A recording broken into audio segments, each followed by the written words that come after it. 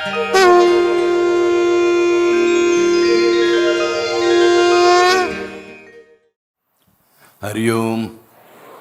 श्रीराम अंबज्ञ नाथ सवेत नाथ सवेत नाथ सवेत.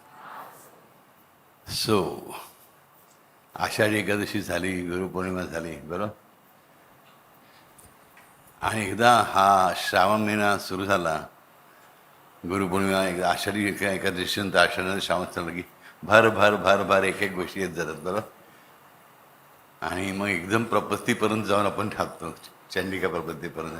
त्यानंतर परत थोडीशी गॅप जाते, मग रामनवमी, मग परत बऱ्यापैकी गॅप असते, बरोबर. तर भारताचं हे वैशिष्ट्य आहे की उत्सव, भारतात सार्वजनिक उत्सव जेवढे असतात तेवढेच वैयक्तिक उत्सव असतात, घरगुती उत्सव असतात, अगदी लहान लहान गावांचे सुद्धा उत्सव असतात. आणि प्रत्येक उत्सवाचं महत्त्व हे तेवढंच असतं. आणि वैशिष्ट्य म्हणजे काय की प्रत्येक उत्सव भारतातला हा अध्यात्माशी जोडलेला असतो, हा धर्माशी जोडलेला असतो, हा देवाशी जोडलेला असतो. अगदी एखाद्या लहानशा गावातलं लहानसं मंदिरसुद्धा त्याची जत्रा खूप मोठी होत जाते हळूहळू करून, कारण त्या लोकांचा भाव.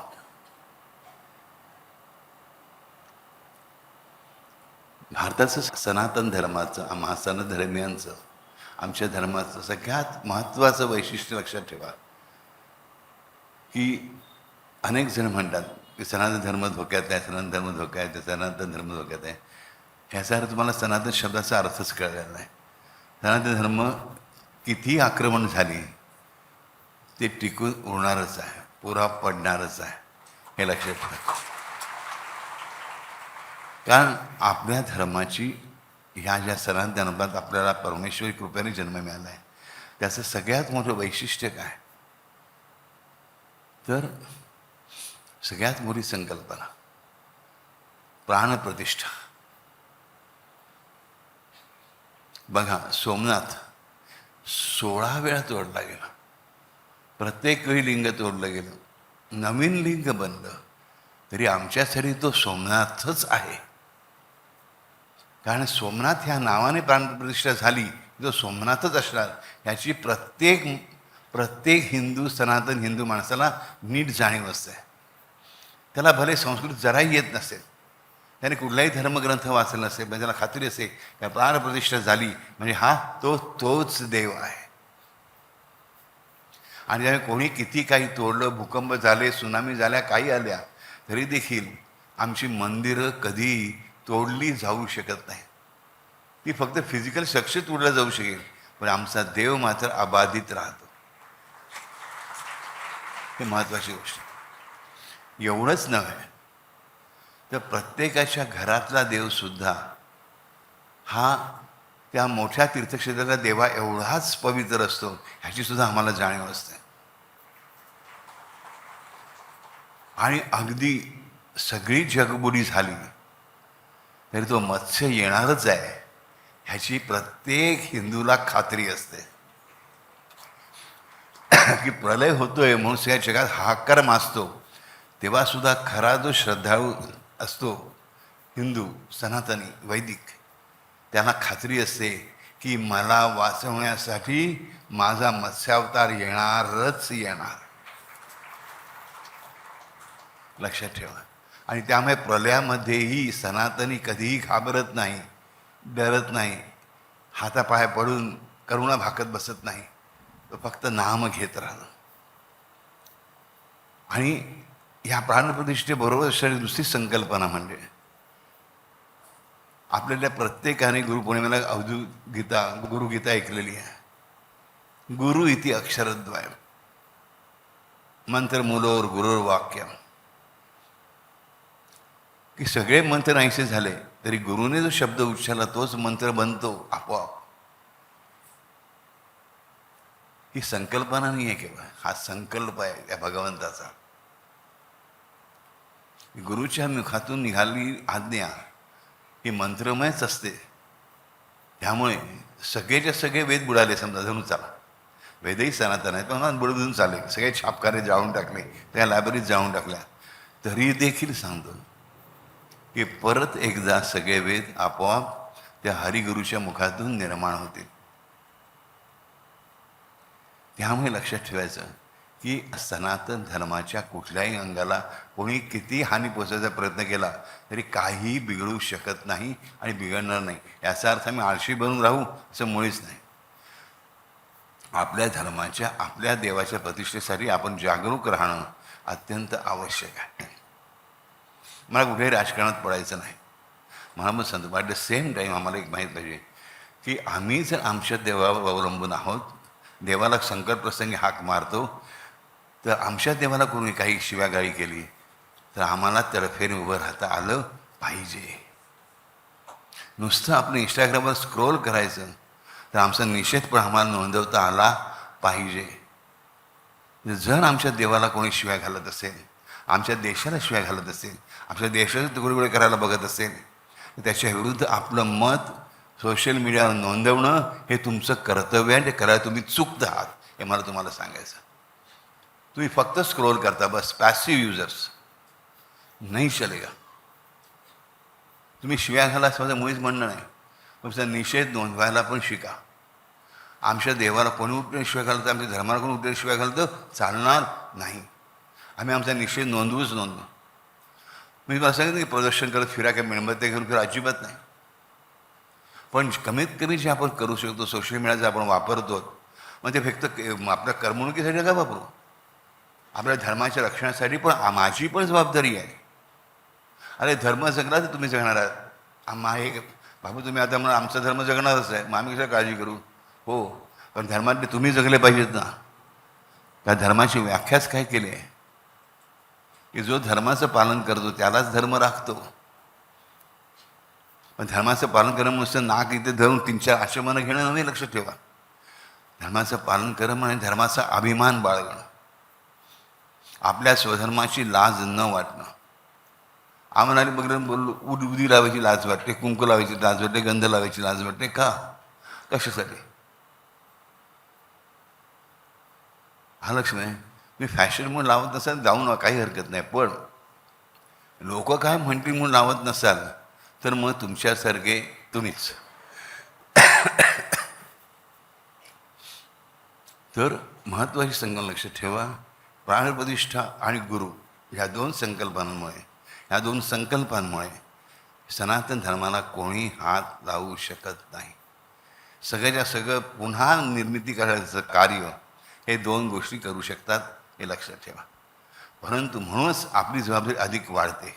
असा जो एवढा सुंदर धर्म आहे, बरोबर, तो सुंदर धर्म, मी त्या धर्माच्या बाजूने उभं राहणं किती आवश्यक आहे.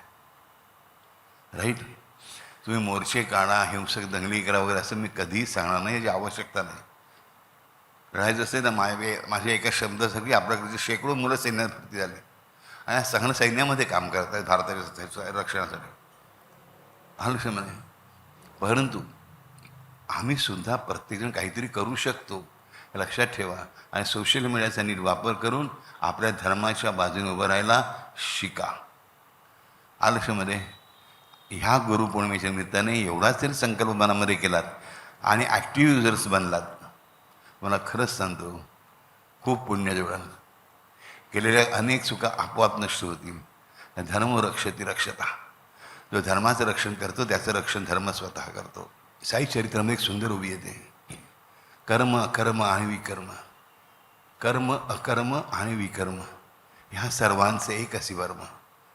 गुरु हेची रूप परमात्मा, भागवत धर्म गुरुभक्ती. कर्म अकर्म आणि विकर्म ह्या सर्वांचे एक असे मर्म. कर्म अकर्म आणि विकर्म आपण अनेक वेळा बोललेलो आहोत. कर्म म्हणजे जे करणं आवश्यक आहे, चांगलं आहे, धर्माला अनुसरून आहे, ते कर्म. अकर्म म्हणजे काही न करणं, जे करायला पाहिजे ते न करणं. आणि विकर्म म्हणजे जे धर्मविरुद्ध आहे ते करणं. कर्म अकर्म आणि विकर्म ह्या सर्वांचे एक असे मर्म. गुरु हेच रूप परमात्मा, भागवत धर्म गुरुभक्ती. भागवत ग्रंथामध्ये, भागवत महापुराणामध्ये संपूर्ण विष्णूच्या 10च्या 10 अवतारांचं वर्णन आहे. कृष्णावताराचं वर्णन सगळ्यात जास्त मोठ्या प्रमाणात आलेलं आहे. वैष्णवांचा, संपूर्ण भारतीयांचा ग्रंथ आहे. आणि त्या ग्रंथामध्ये गुरुभक्तीचा अपरंपार महिमा वर्णिला गेलेला आहे. प्रत्येक अवतारामध्ये सुद्धा बघा, रामांना सुद्धा गुरु होता. गुरु कोण? दोन. पहिले वसिष्ठ कुलगुरू आणि विश्वामित्र मंत्रगुरू. कृष्णाला सुद्धा सांदीपणी आणि गर्ग हे दोन गुरु होते. लक्षात ठेवा. दत्तात्रेयाने तर आपल्या दत्तात्रेय अवतारामध्ये 24 गुरु गेले.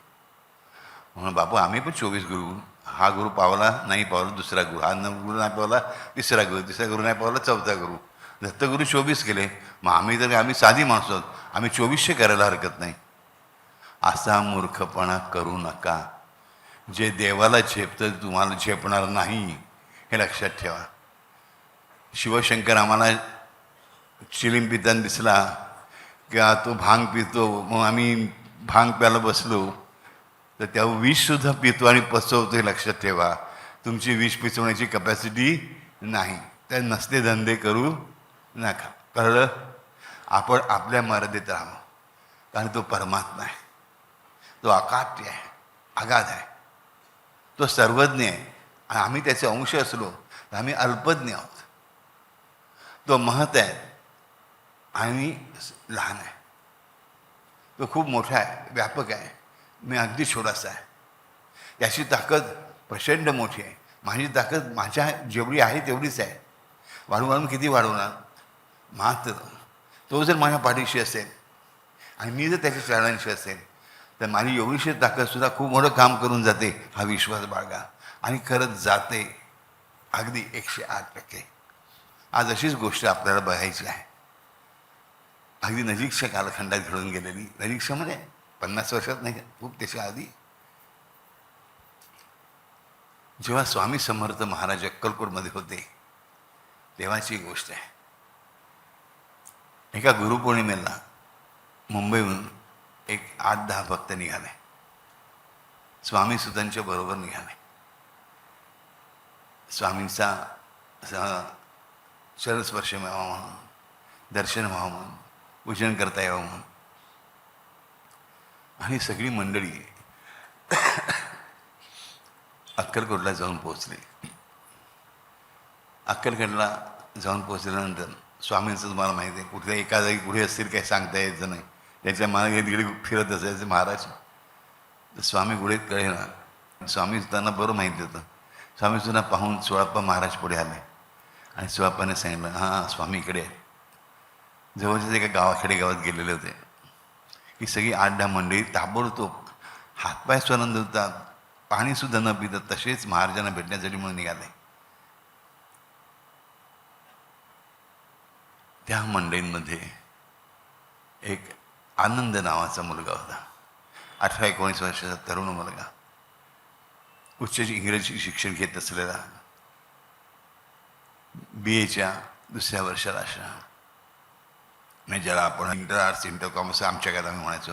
हा आनंदचा मुलगा होता. त्याचे आई वडील दोघेही भक्त होते, त्याची आजी भक्त होती. तो आनंद ह्या मंडळींबरोबर गेला होता. आणि आनंदांना आतापर्यंत त्याने भक्तीत स्वामींची भक्ती केली होती. त्याकडे स्वामी चित्र असायची, फोटो नव्हता, चित्र काढलेली असायची, चित्र काढलेली असायची. त्या चित्र बघून ह्याची भक्ती चालायची. पहिल्यांदा हा एवढा मोठा झाल्यानंतर अक्कलकोटला चालला होता. त्याला स्वामींना बघण्याची खूप जबरदस्त ओढ लागलेली होती. जसं मी चित्र पाहिलं तरी स्वामी असतील का, आम्ही किती उंच असतील. पण सांगतात स्वामीचा रंग तांबडा आहे, लालसर गोरा आहे, मला कुठल्या रंगाचे दिसतील. काय काय काय असंख्य विचार. स्वामी माझ्याकडे बघून हसतील का, काय माझ्या डोक्यात हात ठेवतील का, स्वामी माझ्या बघून रागवतील का, आपलं काही चुकलं तर नाही ना, आपण आधी मोजूया म्हणून तो स्वतः चुका मोजत राहिला. आज जवळजवळ 8 मैल चालत जायचं होतं अक्कलकोटपासून. 8 मैल चालत असताना हा मुलगा आपल्या मनातल्या मनात आपण काय काय चुका केल्यात, काय काय पापं केलेत हे मोजत होता. आणि प्रत्येक चूक मोजली म्हणायचा, स्वामी मला क्षमा करा. अरे ही चूक, अरे ही चूक राहिली, स्वामी मला क्षमा करा. अरे ही चूक राहिली, स्वामी मला क्षमा करा. काय अंतःकरण आहे. 18 वर्षाचा कोवळा मुलगा आहे, किती सुंदर विचार करतात. आणि ॲट द सेम टाईम तो ते त्याचं गिल्ट पण कॅरी करत नाही, त्या ओझ्याखाली तो जमून पण जात नाही आहे. स्वामी माझी चूक झाली, माझी क्षमा करा. आणि त्याला खात्री होती स्वामी मला क्षमा करणार. त्याच्याबरोबर त्याच्याच वयाचा दुसरा एक मुलगा चालला होता 18-19 वर्षाचा, तो पण पहिल्यांदाच येत होता. त्याने विचारलं तू काय पुटपुटतोयस. त्याने सांगितलं मनापासून मी असंच पुटपुट आहे. अरे एवढी जर चुका केल्या असतील स्वामी तर थोडं क्षमा करणार. स्वामी केवढे उग्र आहेत. एवढ्या गोष्टी आपण ऐकल्या स्वामींच्या. आणि पडक्यात थोड्यात पण ठेवून जर मुस्कळात मारता राजाच्या सुद्धा प्रत्यक्ष अक्कलकोटच्या महाराजांच्या म्हणजे राजाच्या मुस्कळात मारली स्वामींनी. हो असेल ना. त्याने माझ्या मुस्कळा आणखीन 2 माराव्यात, 4 माराव्यात. त्या राजाचं एकच चुकलं, स्वामीचं एक मुस्कळात भरकून देईल. माझं एवढ्या वेळा चुकलं आहे, मला एवढ्या वेळा मारतील म्हणजे मला एवढ्या वेळा स्वामींचा स्पर्श होईल. काय भावना आहे बघा. मी पाप मोजतोय का मोजतोय, तेवढ्या वेळा स्वामींनी मला मारावं, ठोकावं, म्हणजे तेवढ्या वेळा स्वामींचा मला स्पर्श होईल. तो जरा जोरदारपणे होईल. मला तेच तर हवं आहे. काय मूर्ख आहेस. स्वामींची कृपा मागायची असते, स्वामींची कृपा आपोआप होईल. स्वामी काय खरं तरी करते. मला त्यांचाच हस्तस्पर्श हवा आहे. तो हस्तस्पर्श हजारो वरदानांपेक्षा, लक्षावधी वरदानापेक्षा श्रेष्ठ याची मला खात्री आहे. थांब मला पाप मोजू नये, म्हणजे परत आपले चुका आणि पाप मोजायला नाही. असं करता करता 8 मैल कधी संपले त्याला कळलं नाही. त्या शेजारचा मात्र आपण बघतो याच्याकडे, ह्याच्या तोंडाने किती वेळा असेल स्वामी स्वामी स्वामी स्वामी जप झाला विचार करा. मोजता मोजताचे अक्षर आपल्या 1000पेक्षा जास्त चुका केल्यात कळायला लागल्यापासून. आणि त्याचं मन घाईवरून आलं. मला स्वामी नका नका मला मारू नका, दुसऱ्या कोणाने मला मारायला सांगा. तिकडे 100 लोक असतील ना, प्रत्येकाला मला 10 फटके किंवा 20 फटके मारायला सांगा. तुमचा हात दुखेल हो स्वामी. 18 वर्षाचा मुलगा आहे पण काय प्रेम करतो विचार करा. 1000साठी एका चुकीसाठी 10 फटके त्याने सांगितलं होते ना. 1000साठी 10,000 फटके मला मारावे लागतील. माझ्या चुका अजून जास्त आहेत. मग तुमचा हात काही संबंधी मला मारतच राहणार. तुम्ही दुसऱ्या कोणामध्ये सांगा. आणि तसं करेन. मला रात्रीला तुमचा हात चेपायची संधी द्या, तुमचे पाय चेपायची संधी द्या. मला लाथेने पण मारा. मार मरेस तोपर्यंत मार, मला सांगतात त्याप्रमाणे. हा मुलगा ते मागतोय, स्वामी तुम्ही मला मारू नका, मी फक्त एकच मारा कानाखाली, का 2 मारा. दुसऱ्या बाकीच्या लोकांना मला तुडवायला सांगा, मात्र मला एकच पाहिजे. मला तुमचे पाय आणि हात चेपायला द्या. एक मिनिटापुरतं द्या, बस. जास्त पण नाही मागत स्वामी. किती वेळा स्वामी स्वामी बोलला गेला, किती वेळा प्रार्थना झाली विचार करा. त्या तो दिवस गुरुपौर्णिमेच आहे. आणि हे जाऊन त्या गावाला जाऊन पोचले आणि बघतात तर ही गर्दी उसळलेली होती. स्वामी तिकडे म्हणतात सर तिकडे गेलेले होते. ह्याला लांबूनच सुद्धा स्वामी महाराज दिसेनात. हा गर्दीतून कसा बसा वाट काढत पुढे चालत होता. बाकीचे सगळे लोक पांगले होते, गर्दी हरवला होता मुलगा. ह्याच्यावर नजर ठेवून तो दुसरा मुलगा चालला होता. हा काय करतो बघायचं आहे. त्याला गंमत बघायची होती की स्वामी ह्याला कसा तुडवतात. ह्याचा भाव आहे स्वामींनी मला तुडवावं, माझं भलं होईल. ह्याचा दुसरा जो मुलगा होता त्याचा भाव काय, स्वामी कसे घ्यायला तुडवतात ती मजा बघायला तो चालला होता. आनंद चालला होता. तो गुरुचा हस्तस्पर्श मिळवण्यासाठी, गुरुचा चरणस्पर्श मिळवण्यासाठी, सद्गुरूंच्या चरणस्पर्शासाठी, भगवंताच्या चरणस्पर्शासाठी दुसरा चालला होता करमणुकीसाठी. एकाच गुरुच्या पायाशी दोघं चालले.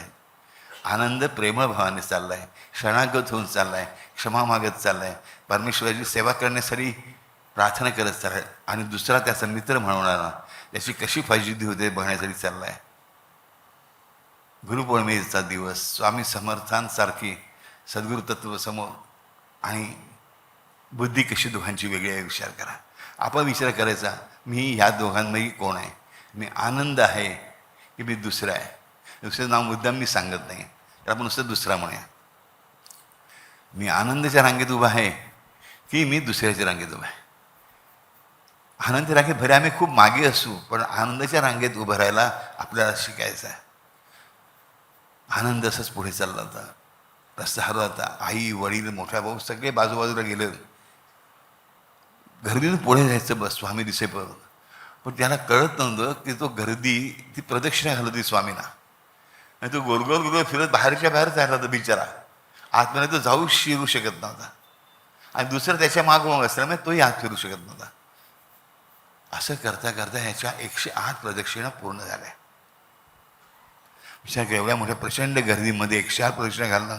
पहिल्यांदा अक्कलकोटला गेलेल्या माणसानं दुसऱ्या परक्या गावामध्ये, कर्नाटकी मुलखातल्या गावामध्ये गेले ते महाराज. करायचं काय?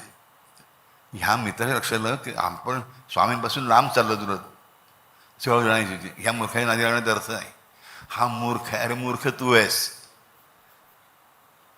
पण ह्याने ठरवलं नाही ह्याची मजा बघायचीच. पण त्याने ह्याला खेचत खेचत खेचत स्वामींपर्यंत नेऊन ठेवला. बघा, रिपू करही मिताई प्रभिसी नगर की जय सब काजा हृदय राखी कौशलपुर राजा गरल सुद्धा रिपू करही मिताई. रिपू म्हणजे शत्रू, मित्रासारखा बनतो. त्याने वाईट करायचा प्रयत्न करतो, आपलं चांगलंच करतो. पण कधी जेव्हा कौशलपुर राजा तो राम अंतःकरणात असेल तेव्हा ह्याच्या अंतःकरणात स्वामी आहे. ह्याची फजिती बघायला आलेला त्याचा मित्र नावाचा शत्रू ॲक्च्युली. ओके, काय करतोय? याची फजिती बघण्यासाठी, त्याला त्रास होण्याचा आहे म्हणून, आपल्याला आनंदी मिळावा म्हणून वाट बघणारा शत्रुरूपी मित्र का मित्ररूपी शत्रू ह्याला स्वतः ओढत स्वामींच्याकडे नेतो. ह्याला काही जाणीव नसताना हा फक्त स्वामी स्वामी स्वामी स्वामी स्वामी स्वामी म्हणत चालला. तो त्याला खेचून घेऊन जातो. कसे उपकार करतो बघा शत्रू आपल्यावरती. जर आपल्या अंतःकरणात आपला देव असेल तर आपल्या शत्रूची प्रत्येक कृतीसुद्धा आपल्याला मदत करणारीच ठरते. राजानो, बोला सद्गुरुनाथ महाराज की जय. आणि असं करता करता हा खेचला खेचला खेचला जात जात जात जात पुढे चालला होता. आणि जाता जाता त्याला एकाएकी समोर प्रकाश दिसू लागला. जिथे माणसाची गर्दी दिसत होती त्याच्याऐवजी प्रकाश दिसू लागला. कोणाला आनंदला. आणि त्याच्या कानावर शब्द आले, नाही जन्म नाही नाम नाही कुणी माता पिता. जन्म नाही नाम नाही कुणी माता पिता. नाही जन्म नाही नाम नाही कुणी माता पिता. नाही जन्म नाही नाम नाही कोणी माता पिता. नाही जन्म नाही नाम नाही कुणी माता पिता. नाही जन्म नाही नाम नाही कोणी माता पिता. नाही जन्म नाही नाम नाही कुणी माता पिता. नाही जन्म नाही नाम नाही कोणी माता पिता. नाही जन्म नाही नाम नाही कुणी माता पिता. नाही जन्म नाही नाम नाही कुणी माता पिता. नाही जन्म नाही नाम नाही कोणी माता पिता. नाही जन्म नाही नाम नाही कोणी माता पिता. प्रगटला अद्भुत सा ब्रह्मांडाचा हाची पिता. प्रगटला अद्भुत सा ब्रह्मांडाचा हाची पिता. नाही जन्म नाही नाम नाही कोणी माता पिता. नाही जन्म नाही नाम नाही कोणी माता पिता. प्रगटला अद्भुत सा ब्रह्मांडाचा हाची पिता. प्रगटला अद्भुत सा ब्रह्मांडाचा हाची पिता. प्रगटला अद्भुत सा ब्रह्मांडाचा हाची पिता. प्रगटला अद्भुत सा ब्रह्मांडाचा हाची पिता. प्रगटला अद्भुत सा ब्रह्मांडाचा हाची पिता. प्रगटला अद्भुत सा ब्रह्मांडाचा हाची पिता. प्रगटला अद्भुत सा ब्रह्मांडाचा हाची पिता. प्रगटला अद्भुत सा ब्रह्मांडाचा हाची पिता. ब्रह्मांडाचा हाची पिता. ब्रह्मांडाचा हाची पिता. ब्रह्मांडाचा हाची पिता. ब्रह्मांडाचा हाची पिता. प्रगटला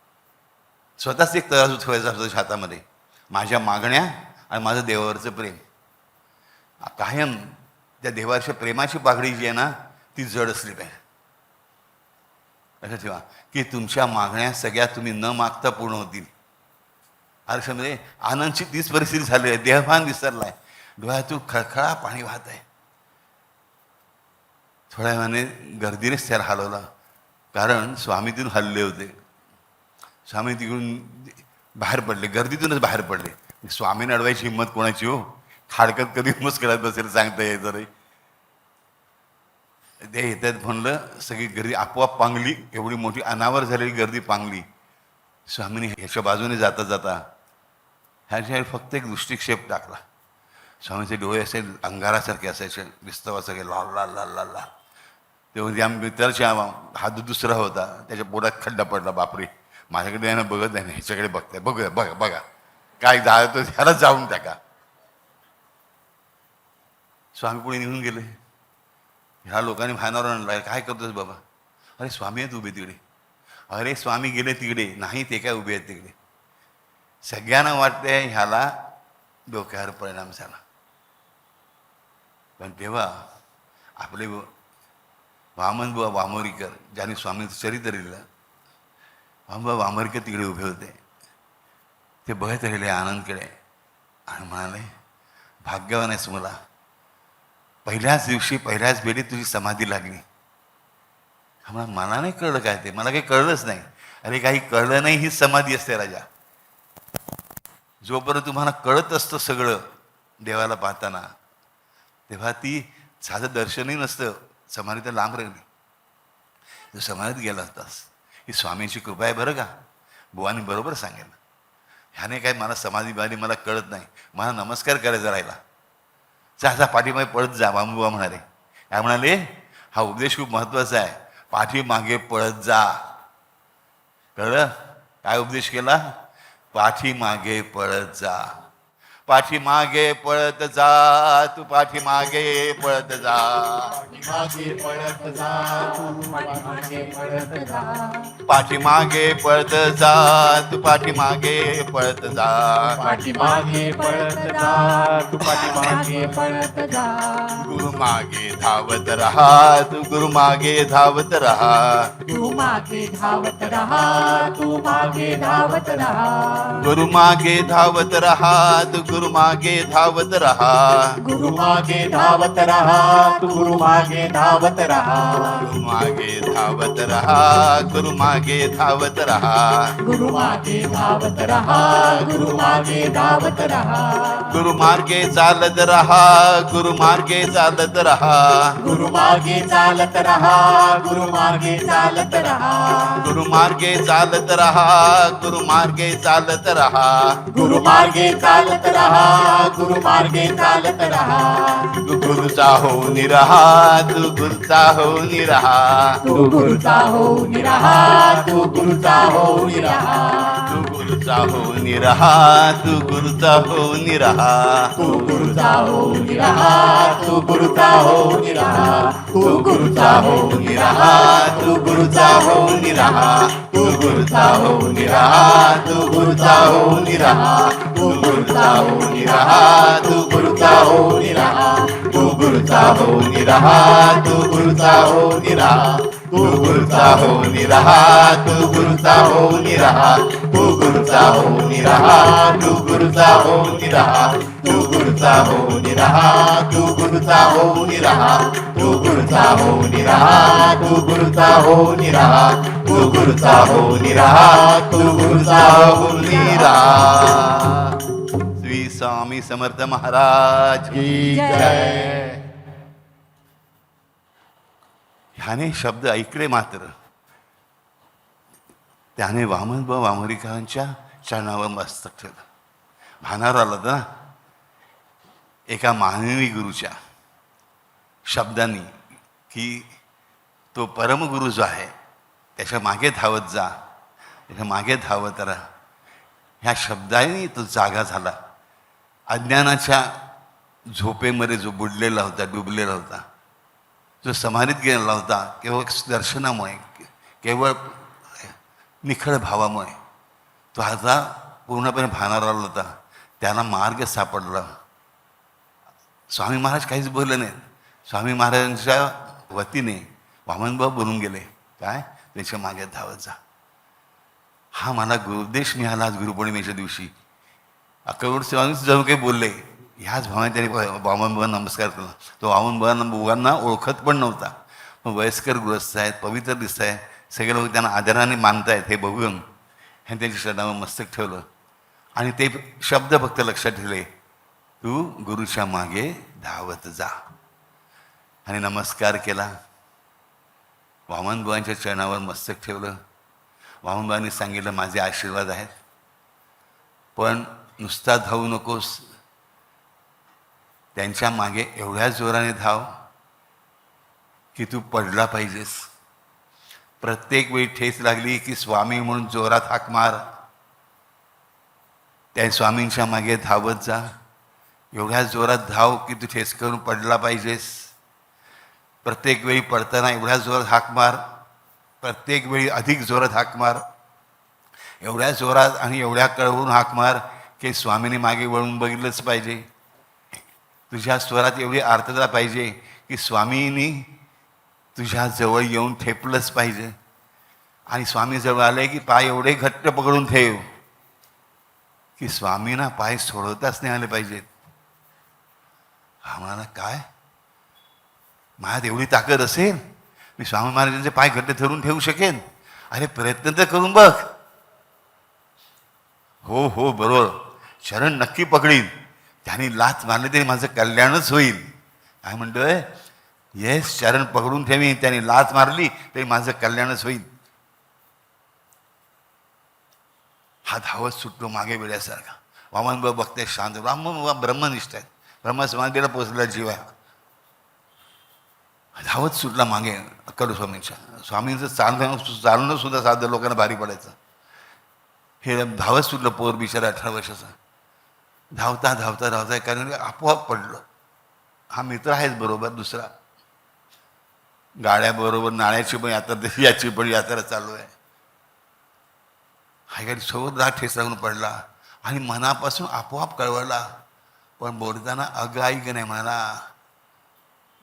म्हणा स्वामी. परत तसंच पायार किती लागलं बघितलंच नाही. परत धावत सुटला. दुसऱ्यांना पडला, स्वामी. अनेक वेळा पडत गेला आणि पडताना अंगाची धूळ पण सटकायचं विसरून गेला हळूहळू. जखमेकडे तर कधी बघितलंच नाही. किती ठिकाणी जखमा झाल्या माहीत नाही. जागोजागी खरचटलेलं होतं अंगावरती. स्वामी एवढंच हाक मारणं चालू होतं. ठेच लागली तरी स्वामीच आणि धावतानाही मध्ये स्वामीच. शेवटी एकदा एवढ्या मोठ्या दगडावर जाऊन आपटला की त्याला उठताच येईना. त्याने जोरात कळवून हाक मारणं पण त्याला जमना. त्याने तोंडात हाक मारली, स्वामी. अगदी एवढ्या आवाजात, स्वामी स्वामी स्वामी स्वामी स्वामी. आणि ही हाक मात्र त्या अनंत कोटी ब्रह्मांड नायकाला बरोबर ऐकू गेली. सगळ्यात हळू आवाजात मारलेली हाक. पण अशा प्रसंगात, अशा क्षणाला की त्याची कधी शुद्ध हरपू शकते, ती मारलेली हाक स्वामींच्या कानावर अलगद जाऊन पोचली. आणि तो ब्रह्मांडाचा पिता धावत आनंदकडे आला. माघारी वळला, उलट्या पावली धावत आला आणि आनंदाच्या डोक्यावर हात ठेवून म्हणाला, गधड्या. 5 अक्षरी शब्द ते शिवी घातली स्वामीच्या नेहमीच्या पद्धतीनुसार. त्याच्या दोन्ही कानांत धरून उभा केला. हा पाय सोडायला तयार नाही. स्वामी कान धरून खेचतायत, हा चारण सोडत नाही. कान लांब होतील ही भीती नाही, कान तुटतील ही भीती नाही. मी शरण सोडणार नाही. स्वामी शरण सोडवायला बघतायत, हा शरण सोडू देत नाही. हातामधले सोळाप्पा आणि बाळाप्पा दोघं म्हणतात, अरे वेड्या सोड, स्वामींना जाऊ दे. स्वामी चला तुम्ही. बाळाप्पा म्हणाले शेवटी, सोळ्या नको, आपण थांबूया. स्वामींची मर्जी दिसते. नाही तर काय कोणाचा जोर चालणार स्वामींच्या पुढे. स्वामींनी स्वतःला पकडून घेतलं, लक्षात ठेव. ह्याने पकडलंच आहे, पण स्वामींनी स्वतःला पकडून घेतलंय हे लक्षात ठेव. सोळा स्वामी म्हणाले, होय रे बाबा, अगदी बरोबर बोललास. स्वामींनी स्वतःला पकडून घेतलंय. अरे बाळा, काय मागायचं माग स्वामींकडे. हे पाय हवेत. काय म्हणाला? हे पाय हवेत. काय मागायचं ते मागितलं बघा. आम्ही घर मागितलं असतं, बंगला मागितलं असतं, आम्ही काय काय मागितलं असं माहीत नाही, बरोबर. त्याने आता काही मागितलं नाही. त्याने मागितलं हे पाय हवेत, बस हे शरण हवेत. मग घेऊन जा बरोबर.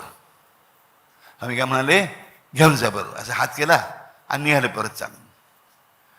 हा दोन्ही हात स्वतःचे हात बघत राहिला.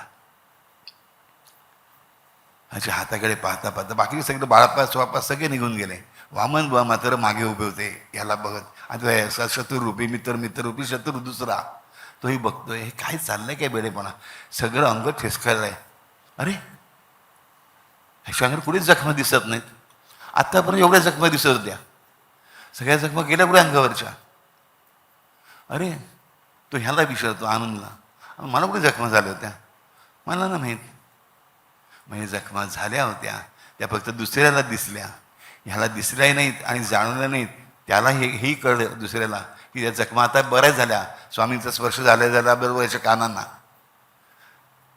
ह्याला तेही कळलं नाही. ह्याला फक्त स्वामींचे चरण कळले. म्हणून म्हणतो, कोणाच्या लाईनीत उभं राहणार? आनंदच्या लाईनीत उभे राहणार. कोणाच्या लाईनीत उभे राहणार? आनंदच्या लाईनीत उभे राहणार. कोणाच्या लाईनीत आम्ही उभे राहणार? आनंदच्या लाईनीत उभे राहणार. कोणाच्या लाईनीत आम्ही उभे राहणार? आनंदच्या लाईनीत उभे राहणार.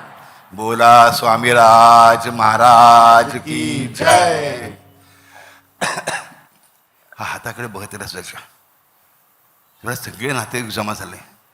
एवढा गलबला झाला, मला कळलं की आपला मुलगा इकडे आहे. हे असं काय बघतोस हाताकडे? हे हात नाहीत, हे स्वामींचे दास आहेत. हे हात नाहीत, हे स्वामींचे दास आहेत. त्या हातांचे वारंवार पपी घ्यायला लागला. स्वामींच्या चरणांचा स्पर्श ह्याला मिळालाय. आणि त्याच वेळेस स्वामी माझ्या दोन्ही कानांना स्पर्श केलाय. माझे कान धरून खेचलेत. कशासाठी? स्वतःच्या छातीची गळाभेट करून घेण्यासाठी. पण मीच दगड ना, मीच धोंडा. मी एवढा जड झालो की मला ते वर उचलू शकले नाहीत. नाही तर स्वामींची एवढी मोठी ताकद सहज माझे कान उपटू शकले असते. पण त्यांची करुणा किती अफाट. यांनी तो जोर वापरून माझे कान उपटले नाहीत. काय भावना आहे राजन बघा. आम्ही म्हटलं असं, स्वामींनी माझे कान उपटले, माझे कान दुखले, आता मी काय करू? ह्याने म्हटलं, स्वामींनी माझे कान धरून खेचले. स्वामींची एवढी मोठी ताकद आहे, माझे कान सहज विलग होऊ शकले असे. पण स्वामींनी तसं केलं नाही. बोला स्वामीराज माऊली की जय. ह्या हातांकडे तो बघत बघत राहिला. घरी परतला मुंबईला गिरगावमध्ये. हात तसेच. या हाताने खायचा प्यायचा सगळं करत होता. प्लीज, त्याने असं वेळेपणा काही केला नाही. पण ते हात माझे आहेत, या हाताने स्पर्श केला. आता या हातांचं काहीतरी करायला पाहिजे. या हातांचं काहीतरी करायला पाहिजे. काय करायचं काय ना? ह्या कानांचं काहीतरी करायला पाहिजे. दुसरा विचारायला तो दुसरा आता ह्याच्या घरीच येऊन राहिला आहे. स्वतःची वळकडी सगळं काय करतो बघा. काय हा वेळे पण वाढतच चाललाय. तो तिकडे गेला, त्याला स्वामींचं दर्शन झालं नाही, स्वामींचे शब्द ऐकू आले नाही, स्वामींचा स्पर्श झाला नाही, काही मिळालं नाही. परत वाक्य सांगतो, काही मिळालं नाही. तिकडे घरी येऊन पडला, ह्याच्या खातोय गिळतोय मस्तपैकी चार ठाव. हा हाताकडे बघतोय, हा कानाकडे पण बघायला, कानानं हात लावून बघतोय, हात लावून बघतोय. का करतो? जर हे कानाना स्वामींनी धरलं दोन्ही हातांनी, केवढं मोठं भाग्य आहे या कानांचं. मला ना माझ्या हातांचा हेवा वाटतो. मला माझ्या हातांचा बघा हेवा वाटला पाहिजे, मत्सर वाटला पाहिजे, असा वाटला पाहिजे. मला माझ्या हातांचा हेवा वाटतो, मला माझ्या कानांचा हेवा वाटतो. मित्र म्हणजे ही गॉन केस आहे, हे काय हा सुधारणं शक्य नाही. श्रीराम. घरचे लोक म्हणाले, जाणकार जे होते, आजी वडील आई, स्वामी भक्ती रमला बरं का मुलगा, आता याचं कल्याण होणार, वाया गेला असं नाही म्हणाले. काय म्हणाले? स्वामी भक्ती रमला, आता ह्याचा जन्म सार्थकी लागणार. त्यांना नीट माहिती होतं की जन्माचं सार्थक कशामध्ये आहे आणि कशामुळे होतं. आणि स्वामीराज आपला खेळ खेळणारच. त्या लवकर लग्न व्हायची. दुसऱ्या दिवशी सकाळी निरोपाला त्याची पत्नी ऋतुमती होऊन नाही यायला लागून 1 वर्ष झालं आहे, तिला त्या सासरी पाठवायचे. आम्ही तिला घेऊन आलो. अतिशय सुंदर अशी नवयौवना 16 वर्षाची पत्नी दारातून उभी राहिली. घरच्यांनी तिची दुष्ट वगैरे काढून औक्षण करून तिने आत घेतलं. दुपारच्या भोजनानंतर दोघं एकांतात गेले. गेल्यानंतर त्याने स्वामी महाराजांची सगळी जे काही त्याला वाटत होतं सगळं तिला सांगितलं. ती स्वामींची भक्त होती. तिने नमस्कार केला स्वामींना मनोमन आणि म्हणाली, एकच काम करूया आपण. बिचारी 8 वर्षानंतर नवऱ्याला बघत होती पहिल्यांदा लग्नानंतर. 8 वर्षाची ती तिचं लग्न झालेलं होतं. की तुम्ही मला जे काही घडलं ते परत परत सांगत राहा, परत परत सांगत राहा. मला तुमचे हात मला बघायचे आहेत. तो असे हात धरून तिला सांगत राहिला. तो बोलत राहिला, ते ऐकत राहिली. तो बोलत राहिला, ते ऐकत राहिली. तो बोलत राहिला, ते ऐकत राहिली. बोलता बोलता तो अभंगही गाऊन गेला, गजरही गाऊन गेला, राहिली. त्यानंतर संध्याकाळी कोणती हाक मारली. हे दोघं बाहेर आले. ह्यांचे आईवडील ऐकत होते. तिचे आईवडील आणि ह्याचे आईवडिलांचे हे भजन करतायत, स्वामींचं गुणगान गातायत, ऐकतायत. चांगला संसार सुरू झाल्यांचा. हा नक्कीच बहरणार, चांगल्या रीतीने बहरणार, अतिशय विस्तृत होणारा. आनंदाने दोघं बाहेर आले. रात्री पतीची पहिली भेट होती, सुखाने झाली, प्रेमाने झाली. सकाळी उठल्या उठल्या स्वामीने बरोबर तिने आणली की हा तिच्या मोहात अडकतो की नाही आणि प्रेम करतो की नाही, दोन्ही महत्त्वाचं. प्रेमही केलं पाहिजे आणि मोहात अडकलं पण नाही पाहिजे. पती म्हणून प्रेम करणं आवश्यकच, म्हणून मोहात न अडकणंही तेवढंच आवश्यक. ह्या दोघांचं एकमेकात प्रचंड प्रेम होतं. ते त्यांनी व्यक्तही केलं पूर्णपणे, पण तरी देखील ते एकमेकाच्या मोहात नाही अडकले. त्यांना मोह पडला फक्त भगवत चरणांचा. त्या भगवत चरणांच्या पलीकडे काही नाही. सकाळी उठल्या त्याच्या पत्नीने त्याच्या हातावर डोकं ठेवलं आणि म्हणाले, एक काम करूया, तुम्ही हात घेऊन काय काय आपण कामं करतो आपल्याला माहीत नाही, तुमच्या हातांचे ठसे घेऊया. तिने लगबगीने जाऊन एका ताटामध्ये माती शेण यांचं मिक्सर करून ते आणलं थापून. त्याच्यात त्याच्या हातांचा ठसा घेतला. त्या थोडी शाडूची माती पण मिसळलेली होती. ह्याचे ठसे म्हणे हे स्वामींच्या चरणांचे ठसे, हे तुमच्या हातांचे ठसे नाहीत, हेच आपल्या स्वामींच्या चरणांचे ठसे आहेत. हा मित्राला तर राहावे नसं झालं. अगं बाई, तू तरी वेडी होऊ नकोस, तुझा अख्खा संसार व्हायचा आहे. हा जो नवरा एक वेळा झाला आहे. ती लक्षच दिलं नाही, ती ऐकतच नाही, आपल्याकडे बघत पण नाही. म्हणे अगं हलवायला लागला. त्याची ती सख्खी मावस बहीण लागायची. हलवायला लागला खांद्याला धरून, जागी हो जागी हो जागी हो. तिला कळतच नाही, हा स्पर्श करतोय, सांगतोय आपला मावस भाऊ काय, काहीच नाही. काय सगळ्यांना कळे ना. थोड्या वेळानंतर तिने असं बागेवरून बोललं, काय रे एवढा वेळ मी काय करतो, एवढा वेळ कुठे. इथे स्वामी महाराज उभे होते. काय म्हणाली, इकडे स्वामी महाराज उभे. स्वामी महाराज तुला पण वेळ लागलं. इकडे कोणी उभं नव्हतं, मी स्वतः बघतोय. मी ह्या माझ्या डोळ्यांनी, आपण तुम्ही म्हणतो ना, ह्या माझ्या डोळ्यांनी मी बघितलंय. ह्या आपल्या डोळ्यांनी आपण भगवंत पाहायला शिकायला हवं. समजलं. आम्ही बाकीच्या नको त्या गोष्टी बघायला मागतो. शेजारच्या घरात काय चाललंय, ह्याचं कोणाशी अफेअर आहे, तिचं कोणाशी अफेअर आहे, हा सिगरेट पितो की ती सिगरेट पिते, हा दारू पितो की तो दारू पितो. अरे काय करायचं तुम्हाला, आपलं जीवन आपण बघा आणि सुखाने जगूया ना, बरोबर की नाही. तिला भगवंताला बघायचं होतं, तिला भगवंत दिसला. याला लोकांचे वाभाडे काढायचे होते, त्याला वाभाडे दिसले. याला स्वामी दिसलेच नाहीत. स्वामी उभे होते. ह्याच्या हस्तमुद्रांवरती स्वामी उभे होते. काय रूप होतं. ती वर्णन करत गेली आणि चित्र काढत गेली. ती वर्णन करत गेली आणि चित्र काढत गेली. ती वर्णन करत गेली आणि स्वतःच चित्र काढत गेली. आणि असं करता करता 1 तासामध्ये चित्र पूर्ण झालं. आणि त्याच दिवशी स्वामींचा काढला गेलेला पहिला फोटो घेऊन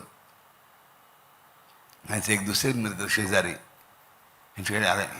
स्वामींचा फोटो निघाला बरं का.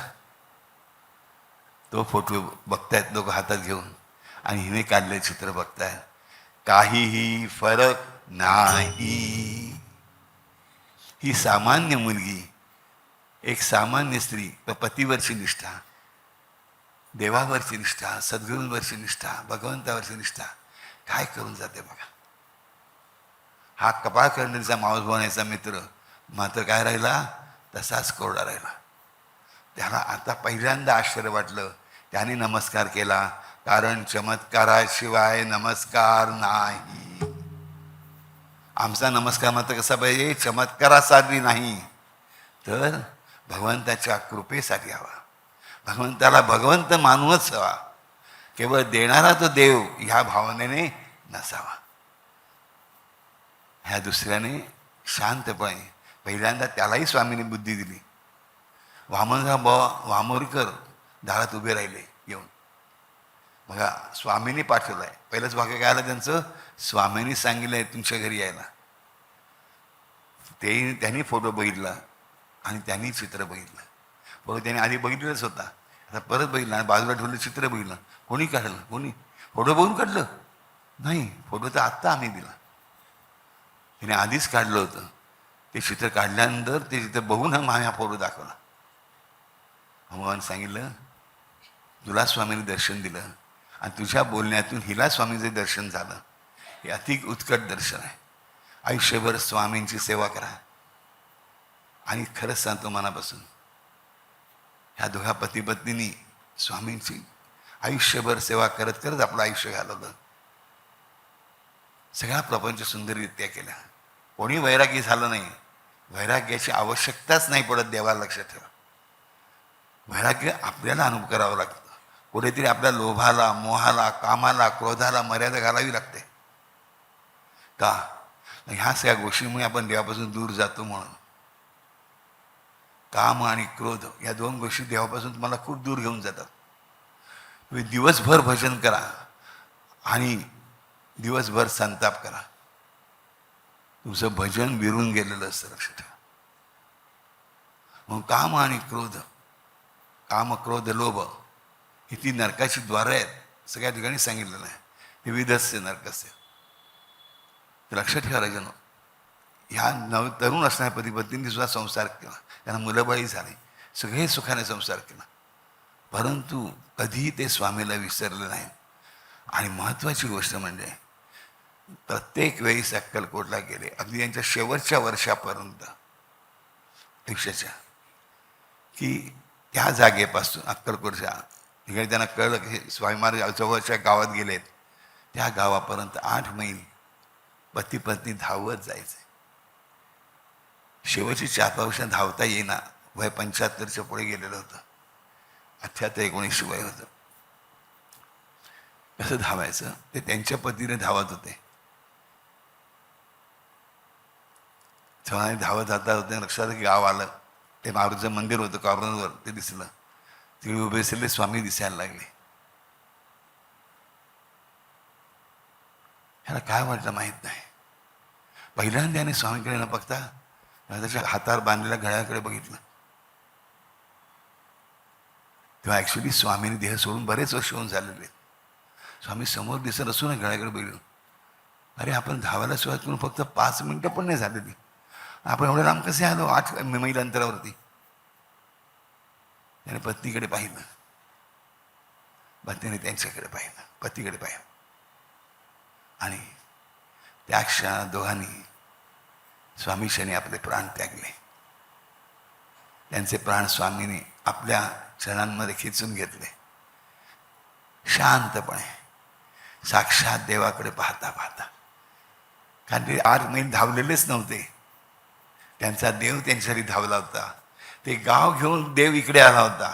अक्कलकोटच्या वेशीवर उभं राहून शांतपणे परमेश्वराच्या कुशीत शेणं, ह्याला काय मृत्यू म्हणायचं राजानं? ही जीवनाची कृतार्थता झाली. भरलेलं घर, सगळा सुखी संसार, आमचं शांत आणि तृप्त मन हे हवं असेल तर या अनंत कोरी ब्रह्मांड नायकाला आपल्या हृदयात धारण करावं लागतं आणि भजन करावं लागतं. श्री स्वामी समर्थ, जय जय स्वामी समर्थ. श्री स्वामी समर्थ जय जय स्वामी समर्थ. श्री स्वामी समर्थ जय जय स्वामी समर्थ. श्री स्वामी समर्थ जय जय स्वामी समर्थ. आजोबा श्री स्वामी समर्थ जय जय स्वामी समर्थ. श्री स्वामी समर्थ जय जय स्वामी समर्थ. आजोबा श्री स्वामी समर्थ जय जय स्वामी समर्थ. श्री स्वामी समर्थ जय जय स्वामी समर्थ. आजोबा श्री स्वामी समर्थ जय जय स्वामी समर्थ. श्री स्वामी समर्थ जय जय स्वामी समर्थ.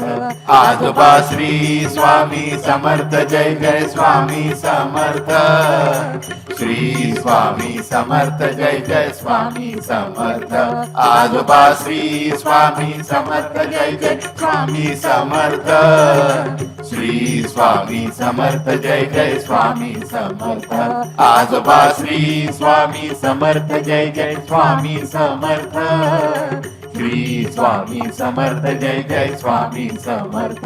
आजोबा श्री स्वामी समर्थ जय जय स्वामी समर्थ.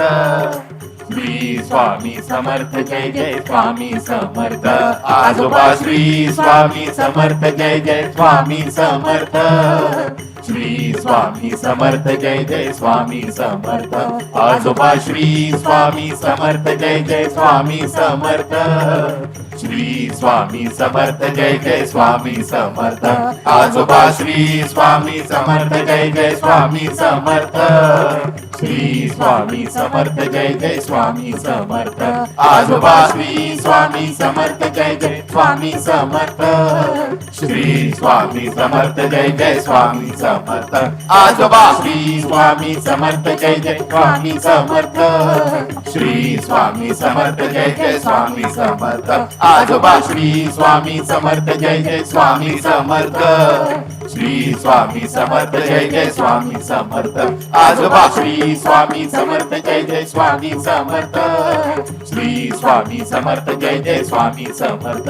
आजोबा श्री स्वामी समर्थ जय जय स्वामी समर्थ. श्री स्वामी समर्थ जय जय स्वामी समर्थ. आजोबा श्री स्वामी समर्थ जय जय स्वामी समर्थ. श्री स्वामी समर्थ जय जय स्वामी समर्थ. श्री स्वामी समर्थ महाराज की जय. असं ओरडलं कोण त्या क्षणाला? तो दुसरा. त्याने त्याच्याही नकळत ह्या दोन श्रेष्ठ भक्तांची भक्ती केली होती. तो त्यांना बघत होता, त्यांच्या मागून फिरत होता, त्यांच्या मागून धावत होता. त्यामुळे त्यालाही पुण्य लावलं. त्याला त्यांच्या शेवटचा क्षणी बघता आला तो सुंदर. आणि त्यांच्या शेवटच्या क्षणाला दिसणारे स्वामी महाराजही त्याला पहिल्यांदा दिसून आले. लक्षात ठेवा, भगवंतच नव्हे तर भगवंताचा श्रेष्ठ भक्त सुद्धा किती जणांचा उद्धार करू शकतो. हा 60 वर्ष ह्यांची ईर्ष्या बाळगून होता, पण तरी ह्यांच्या मागे धावत होता. स्वामी भक्ताच्या मागे धावत होता. श्री हरिगुरूंच्या भक्ताच्या मागे धावत होता. म्हणून त्याचंही भलंच झालं. तो पहिल्या क्षणाने साक्षीदार होता आणि शेवटच्या क्षणाने साक्षीदार होता. आणि तो तर एवढा बदलला की त्यानंतर एक क्षणी त्याचा गजर थांबला नाही. त्याने जीवाचं सोनं केलं. म्हणून संतराजानं ह्या दत्तगुरूची लीला आगाध आहे, महिमा आगाध आहे. हा तुमचा स्वयं भगवान तरी विक्रम जो आहे, तुम्हाला सगळं द्यायला आतून घेऊन नानाविध रूप घेऊन आतापर्यंत आलेला आहे. त्याला कधीही हृदयातून काढू नका. तो स्वतःहून कधीच जात नाही. तुमच्यावर आहे काढायचा की नाही. तुम्ही काढायचा म्हणून मनात विचार केला की तू ताबडतोब पळायला तयार असतो. हा विठ्ठल पाटील लई पळपोट्या मेघ मारून करू ते आढळ. परंतु लक्षात ठेवा, त्याच्याशिवाय दुसरं नजीकचं कोणी नाही आपलं. आई बाप बंधू भगिनी पत्नी पुत्र कन्या सगळे सगळे सगळे असले तरी आमच्या शरीरापासून वेगळे आहेत, आमच्या प्राणांपासून वेगळे आहेत. पण आमच्या देहाबरोबर ज्याचा देह एकरूप आहे, आमच्या मनाबरोबर ज्याचं मन एकरूप आहे, ज्याने आम्हाला हृदयात बसवलेलं आहे आणि आमच्या हृदयात जो येऊन बसलेला आहे, असा तो एकमेव आहे. एकमेव अद्वितीय अविच्छिन्न काट्य अमोघ लीला असणारा हा अमोघ लीला स्वामी, हा अमोघ लीला हरिगुरु श्री ते विक्रम स्वयं भगवान.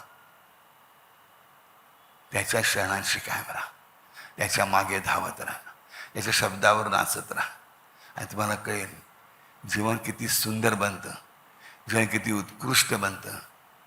प्रॉब्लेम्स बघता बघता बघता बघता निघून जातील आणि तुम्ही मनापासून म्हणाल अवधूत चिंतन श्री गुरुदेव दत्त, अवधूत चिंतन श्री गुरुदेव दत्त, अवधूत चिंतन श्री गुरुदेव दत्त.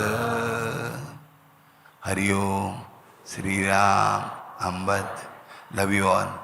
लव यू. Love you.